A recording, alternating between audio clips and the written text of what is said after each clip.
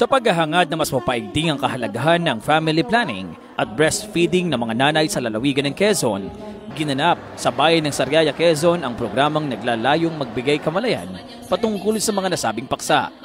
Sa inisyatibo ni Governor Dr. Helen Tan, katuwang ang Provincial Health Office, aabot sa 150 mga nanay ang dumalo sa programa upang pakinggan ang diskusyon ukol sa tamang paraan ng magpapasuso ng bata, tamang gabay ng pagdieta para sa mga buntis at nagpapasusong nanay. Gayon din ang magbibigay kaalaman sa sakit na cervical cancer. Nagkaroon naman ng sabayang paghakab ang mga nanay at mayroon ding inihandang libreng mga serbisyo na makatutulong para sa family planning ng ating mga kalalawigan.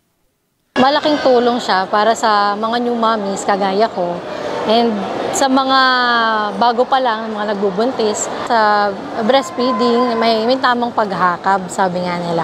May tamang paghakab for our babies na para hindi masaktan yung mother and para na din sa mga bata, no, na hindi sila nahihirapan na magsak ng ating nipple. Samantala, nagpakita naman ng suporta sina PHO Head Dr. Christine May Jean Villaseñor, may bahay ni Mayor Marcelo Gayeta, Marivic Gayeta, Provincial Health Officer 1 Dr. Lorelai Salonga, DOH-4A Breastfeeding Program Manager Jillian Palencia, DOH-4A Regional Family Planning Coordinator Maria Luisa Malana, at iba pang kawani ng kalusugan.